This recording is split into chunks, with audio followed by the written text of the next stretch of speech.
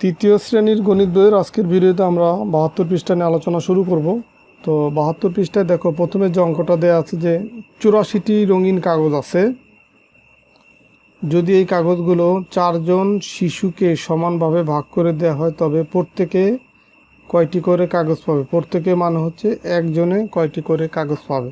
তো দেখো এই অঙ্কটা আমরা গাণিতিক বাক্যের সাহায্যে খুব সহজে করতে পারি। যেহেতু মোট কাগজ সংখ্যা ৮৪, ভাগ করতে হবে ৪ জন শিশুর ভিতরে।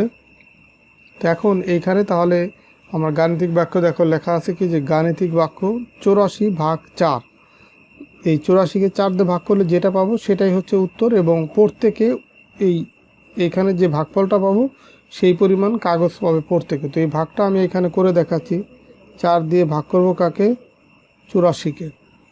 তো দেখো এই ভাগের নিয়মটা হচ্ছে প্রথমে এইটা হচ্ছে ভাজ্য, মাঝে যেটা থাকবে ভাজ্য, আর যেটা দিয়ে মানে যে সংখ্যা দিয়ে ভাগ করা হবে সেটাকে বলা হয় ভাজক। এখন ভাজকের যে কয়টা অঙ্ক থাকবে এই প্রথমে চেষ্টা করতে হবে ভাজ্যর ওই কয়টা অঙ্ককে ভাগ করার জন্য। যদি ওই কয়টা অঙ্ককে ভাগ করা না যায় সেই ক্ষেত্রে আরও অঙ্ক এর সাথে নিয়ে তারপর সংখ্যাটা বড় করে ভাগ করতে হবে। তো এইখানে ভাজক আছে ৪, ভাজ্য আছে ৮, মানে ভাজ্য আছে মোট হচ্ছে ৮৪ আছে। তো প্রথমে আমরা এইখানকার অঙ্ক সমান যদি নেই তাহলে এখানে একটা অঙ্ক, এখানে একটা অঙ্ক নিলে হয় ৮, তার ৪ দিয়ে তাহলে ৮কে আগে ভাগ করার চেষ্টা করব, দেখি ভাগ করা যায় কিনা। যদি ভাগ করা যায়, না যায় তাহলে আমরা পরের অঙ্ককে এর সাথে মিলাবো। আর যেহেতু এখানে ৪-এর চেয়ে ৮ হচ্ছে বড়, তার মানে ভাগ করা যাবে। তো ৪-এর নামটা যদি পড়ি ৪ অক্ষে ৪, ৪ দুগুণে ৮, তার মানে ৪ ৮-এর ভিতরে যাবে ২ বার। তো এখন এই ২ আর এই ৪ যদি গুণ করি, ৪ দুগুণে কত? ৮, সেই ৮ লিখবো এই ৮-এর নিচে, যেহেতু ৮কে আমরা ভাগ করতেছি। ৮-এ ৮-এ মিলে গেল, বা ৮ থেকে ৮ বিয়োগ করলে হয় ০। তো ০ এখানে দিব না, কারণ তার আগে কোনো সার্থক অঙ্ক নেই, এই কারণে এই ০ এখানে দেওয়ার প্রয়োজন নেই। তাহলে এখান থেকে পরের যে অঙ্ক ৪ এখানে নামাবো, সেই নামাইলাম ৪। এখন ৪ ৪-এর ভিতরে যায় কতবার? ৪ অক্ষে ৪, মানে একবার যাবে। তার মানে এইখানে লিখবো ১, ১ আর ৪ গুণ করলে পাবো কত? ৪। ৪ অক্ষে ৪ এই ৪ থেকে ৪ বিয়োগ করলে ০, বা ৪-এ ৪-এ ৪ মিলে গেলে ০। তাহলে এখানে ভাগফল কত পেলাম? ২১। তাহলে এইখানে বসবে হচ্ছে ২১। ৮৪কে আমরা যদি তাহলে ৪ দিয়ে ভাগ করি পাবো কত? ২১ পাবো। এটাই হচ্ছে ভাগফল। তাহলে এখানে প্রশ্নটা ছিল যে তবে প্রত্যেকে কয়টি করে কাগজ পাবে। তাহলে প্রত্যেকে আমরা লিখবো কি যে প্রত্যেকে ২১টি করে কাগজ পাবে। এই যে এখানে কীভাবে ৮৪ ভাগ ৪ হিসাব করতে হয় তা চিন্তা করি। এই যে ভাগ তো এখানে করেই দিলাম, এখানে আলাদা ভেঙে ভেঙে দেখাইছে, তো আমি তো তোমাদেরকে সরাসরি ভাগ দেখাই দিলাম। আর এটাই হচ্ছে ভাগের আদর্শ নিয়ম। তোমরা যে এই টাইপের অঙ্ক এখানে এইভাবে লিখে এই সাইডে ভাগটা দেখাই দিয়ে ভাগফলটা এখানে বসাই দেবা। তো একই নিয়মের এই নিচের দিকে দেখো ৪টা ভাগের অঙ্ক আছে। তো এগুলোও তোমাদের প্রত্যেকটা সমাধান করে দিচ্ছি। দেখো প্রথম অঙ্কটা আমরা ভাগ করব ৩ দিয়ে। ভাগ করব কাকে? ৩৬কে। ৩৬কে ভাগ করব ৩ দিয়ে। এখন ৩-৩-এর ভিতরে যাবে একবার, ৩ অক্ষে ৩ লিখলাম ৩। ৩ থেকে ৩ বিয়োগ করলে ০। তো ০ প্রথমে দেওয়া যাবে না, এই কারণে এই ৬কে এখানে নামায় নিয়ে আসলাম। এই ০ না লিখে ৬কে নামায় নিয়ে আসলাম। এখন ৩ ৬-এর ভিতরে যাবে কতবার? ৩ দুগুণী ৬, মানে ২ বার। তার মানে ৩ দুগুণী ৬ মিলে গেল, এখন হবে ০। তাহলে ভাগফল কত পেলাম? ভাগফল পেলাম হচ্ছে ১২। এটাই হচ্ছে উত্তর। এরপরে দেখো এই ২ দিয়ে ভাগ করব ৮৬কে। দেখো ২ ৮-এর ভিতরে যায় হচ্ছে ৪ বার, ৪ দুগুণী ৮। তো এখানে লিখবো হচ্ছে ৮। এই ৪ আর ২ গুণ করে, মানে এইখানে যে সংখ্যাটা লিখবো সেই সংখ্যার এই সংখ্যাটা গুণ করে যেটা পাবো সেটা আবার নিচে বসাবো। তো এখানে লিখলাম ৪, ৪ দুগুণী এই ৪ আর ২ গুণ করলে ৮, তো মিলে গেল। তো এখন এই যে এখানে ৬ নামাইলাম, এই ২ ৬-এর ভিতরে যাবে কতবার? ৩ দুগুণী ৬, ৩ বার। তার মানে ৩ আর ২ গুণ করলে পাচ্ছি কত? ৬, ৬ ৬ মিলে গেল, এখানে হবে ০। তাহলে ভাগফল কত পেলাম? ৪৩। এরপরে দেখো ৩ নম্বর অঙ্কটা আমরা ৩ দিয়ে ভাগ করব কাকে? ৬৯কে। এই ৬ ৯। এখন দেখো ৩ ৬-এর ভিতরে যাবে ২ বার, ৩ দুগুণী ৬ মিলে গেল। এরপরে দেখো ৯ নামাইলাম, ৩ ৯-এর ভিতরে যাবে কতবার? ৩ তিরিককে ৯ বার, ৯। তার মানে ৩ ৯-এর ভিতরে যাবে ৩ বার, ৩ আর ৩ গুণ করলে ৩ তিরিককে ৯ মিলে গেল ০। তাহলে এখানে ভাগফল কত পেলাম? ২৩। এরপরে দেখো ৪ নম্বর অঙ্কটা ৭ দিয়ে ভাগ করব ৭৭কে। ৭৭কে ভাগ করব কত দিয়ে? ৭ দিয়ে। তো এখন এই ৭ ৭-এর ভিতরে যাবে একবার, ৭ অক্ষে ৭, মিলে গেল। এখন এই পরের 7টা এখানে নামাবো। এই 7 থেকে 7 বিয়োগ করলে 0, তো 0-র আগে যেহেতু কোনো সংখ্যা নাই এই কারণে 0 এখানে আমরা দিব না, কারণ 0 কোনো সংখ্যার প্রথমে দেওয়ার প্রয়োজন নেই। যেমন এখানে যদি 0 দিতাম তাহলে 0 7 হতো, কিন্তু 7-এর আগে 0 এরকম কিন্তু লেখা যায় না। এই কারণে এই যে 7 এখানে নামাইলাম, এই 7-এর ভিতরে আবার এই 7 আবার একবার যাবে, তার মানে এখানে লিখবো 1 আর 7 গুণ করলে 7 × 7 মিলে গেল 0। তাহলে এখানে আমরা ভাগফল কত পেলাম? 11 পেলাম। তো এই ছিল তোমাদের এই 72 পৃষ্ঠার সবগুলো ম্যাথ। তো আমরা এখন 73 পৃষ্ঠা নিয়ে আলোচনা করব।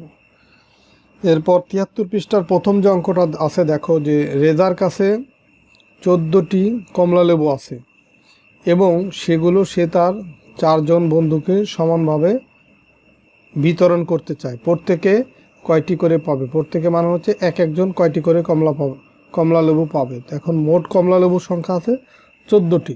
তো এটা যদি আমরা গাণিতিক বাক্যের সাহায্যে লিখি, যে গাণিতিক বাক্য লিখি, মোট কমলালেবুর সংখ্যা কত? 14। সেই 14 লিখলাম এখানে। এটা ভাগ করব 4 জন বন্ধুর ভিতরে, তার মানে ভাগ হচ্ছে 4। তাহলে 14কে 4 দিয়ে ভাগ করলে যা পাবো সেটাই হবে ভাগফল, বা প্রত্যেকে ওই কয়টি করে কমলালেবু পাবে। তো এখন দেখো এই ভাগটা আমরা এখানেই করে দেখাচ্ছি। এই 4 দিয়ে ভাগ করব কাকে? 14কে। এখন দেখো এই 4 1-এর ভিতরে যায় না, কারণ 4-এর চেয়ে 1 ছোট। তো আমরা এই পরের অঙ্ক 4 মিলিয়ে 14কে 4 দিয়ে ভাগ করব। এখন এই ভাগ করার নিয়ম হচ্ছে, এইখানে যে ভাজকে যে সংখ্যাটা থাকবে সেটাকে এমন একটা সংখ্যা দিয়ে গুণ করতে হবে যেন গুণফল এইখানে যে মানটা থাকবে সেটার সমান বা তার কাছাকাছি হয়। যেমন 4কে যদি আমরা 4-এর গুণের নামটা যদি পড়ি, 4 অক্ষে 4, 4 দুগুণে 8, 3 4-এ 12, 4 4-এ 16।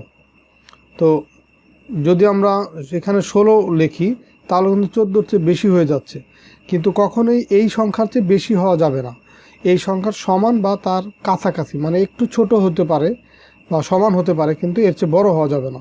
তার মানে 4 4-এ 16 এটা আমরা নিতে পারবো না, তো 3 4-এ 12 এটা নিতে পারবো। এই 3 এখানে, তাহলে 3 লিখবো। 3 4-এ কত হয়? 12। আর এইখানে যদি আমরা 4 লিখতাম তাহলে 4 4-এ 16 হতো, কিন্তু 14-র চেয়ে তো বড় হয়ে যায়, এই কারণে ওইটা আমরা নিতে পারলাম না। তাহলে 3 4-এ কত হয়? 12। এখন 14 থেকে যদি 12 বিয়োগ করি এখানে পাবো কত? 2। তাহলে এইখানে দেখো এর আগের যে ভাগগুলা করছি সেই ভাগগুলার ক্ষেত্রে শেষে কিন্তু আমরা 0 পাইছি, কিন্তু এইখানে পেলাম কত? 2। তাহলে এই 3 হচ্ছে ভাগফল আর এই 2 হচ্ছে ভাগ শেষ। তার মানে এইখানে আমরা লিখব যে 3, যেটা ভাগফল পেলাম 3, আর অবশিষ্ট থাকবে কত? এই যে ভাগ শেষ যেটা, সেটা হচ্ছে অবশিষ্ট থাকবে। তার মানে প্রত্যেক বন্ধু 3টি করে কমলালেবু পাবে এবং অবশিষ্ট থাকবে 2টা, কারণ এই 2টা কমলালেবু তার 3 জনের ভিতরে ভাগ করে দেওয়া যায় না, কারণ 3 জনের ভিতরে ভাগ করতে চাইলে কমপক্ষে 3টি কমলালেবু লাগবে। তাহলে এখানে আছে 2, তো এই 2টা তো আমরা 4 জন বন্ধু, তো এই 2টা কমলালেবু 4 জনের ভিতরে আমরা ভাগ করতে পারবো না। 4 জনের ভিতরে ভাগ করতে চাইলে আমাকে কমপক্ষে 4টা কমলালেবু লাগবে, তো এখানে আছে 2টা। তো এই কারণে এখানে 3টা করে আমরা দিতে পারবো। 3টা করে দেওয়ার পরে প্রত্যেক বন্ধুকে অবশিষ্ট আরও 2টা থেকে যাবে। তো এখন এইটাই দেখো একটু ব্যাখ্যা করে এখানে দেশে, যে যখন 2টি করে কমলালেবু বিতরণ করা হলো তখন 4 দুগুণে 8, 6টি থাকে। যখন 3টি করে কমলালেবু বিতরণ করা হলো 3 4-এ 12, এই 2টি কমলালেবু অবশিষ্ট থাকবে 2টি।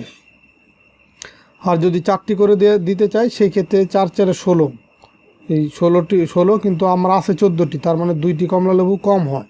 আমরা 4 জনকে 4টা করে তাহলে দিতে পারবো না, 2টি শর্ট পড়বে বা 2টি কম পড়বে। এই যে দেখো এখানে যদি আমরা গাণিতিক বাক্য, আগে আমরা যেটা ভাগ করে আসছি গাণিতিক বাক্য 14 ভাগ 4, তাহলে আমরা কত পাইছি? ভাগফল 3, অবশিষ্ট হচ্ছে 2।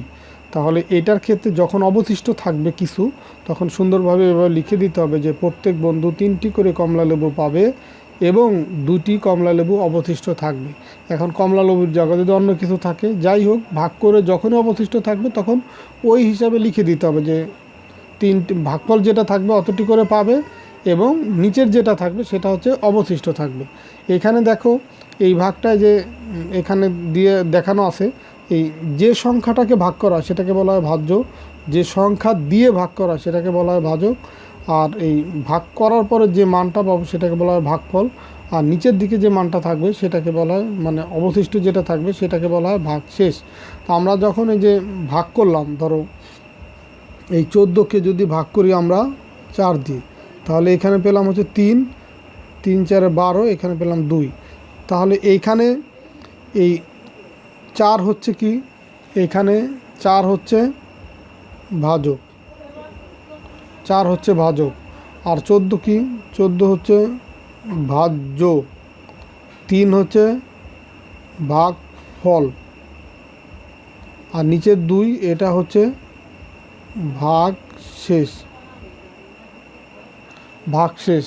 তাহলে আমরা এই ভাজক, ভাজ্য, ভাগফল, ভাগশেষ কোনটা কোথায় থাকে বা এই নামগুলো আমরা শিখে পেলাম। তো এই ছিল তোমাদের 73 পৃষ্ঠা আলোচনা।